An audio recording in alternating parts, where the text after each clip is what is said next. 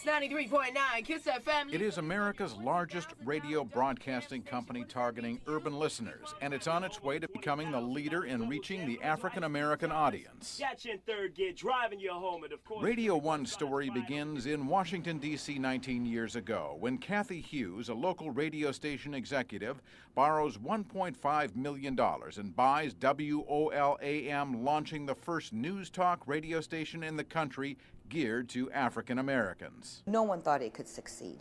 No one thought that this country was ready for talk and news from an African American perspective. No one knew Kathy Hughes, who believed in herself and her concept that the African American audience in D.C. would support the station. If I don't give up, it will work. You just have to be persistent, no matter how bleak the picture looks. And the picture looked awfully bleak for many years. Hughes was virtually broke, but kept broadcasting. I slept in a sleeping bag and lived in my radio station for 18 months. I slept on the floor. Hughes went on the air herself to save a paycheck, and in the process became one of the top personalities in the market. And while in the throes of trying to survive financially, she was also a single mother, raising her son Alfred. I was pregnant at 16, a mother by 17, which is what I thank God most and foremost is not the amount of money my company's worth, is the fact that I was able to grow into being a responsible mother at a very early age. Hughes put Alfred, now 34, through the Wharton School of Business and appointed him CEO of Radio 1 in 1997. The reason I struggled to educate him, the reason I struggled to prepare him, the reason he had to sit in my office and do his homework at age 7 was for the day when he would assume the responsibility for our future. Today, Alfred runs a radio empire of 27 stations in 9 markets. The market cap of Radio 1, which went public this year, is close to $1 billion. We're one of the fastest growing radio companies in the sector in terms of growing our revenue and our broadcast cash flow. The execs at Radio 1 are known as turnaround artists, moving in on underperforming radio properties in urban markets and turning red ink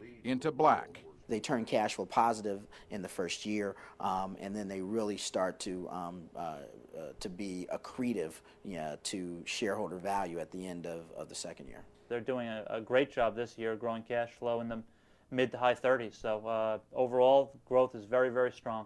And shares in Radio 1 have soared since the IPO in May, rising from 24 into the 80s. And revenues have also risen dramatically. It's a great management team with a great set of assets in a business where you have the wind at your back for years to come, and we're very positive on it. Radio 1 has acquired 17 radio stations in the last 2 years, making it the 16th largest radio group in the country. The goal, to get bigger, much bigger. Do you see yourself in the top 10? Oh, yes, top 5. Top 5. Is my goal, yes. Top 5 is my goal. And I wouldn't mind number 1. I think I could adjust to being the largest and the best. And how does Hughes expect to compete with the giants of radio? We don't have the resources. We don't have the connections. We don't have the power that our competitors. So we outwork them and we outthink them.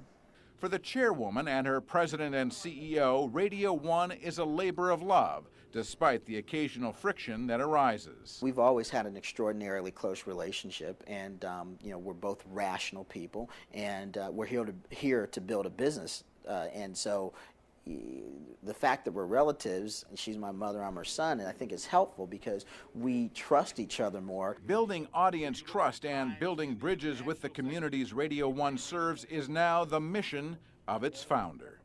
I want them to think that we made a difference in America, that we were a company that was able to not only improve the quality of life for the community that it serviced, but also was able to make a profit for the individuals that were involved. I happen to think that you can make money and do good at the same time. Jim Paymar, CNBC Business News.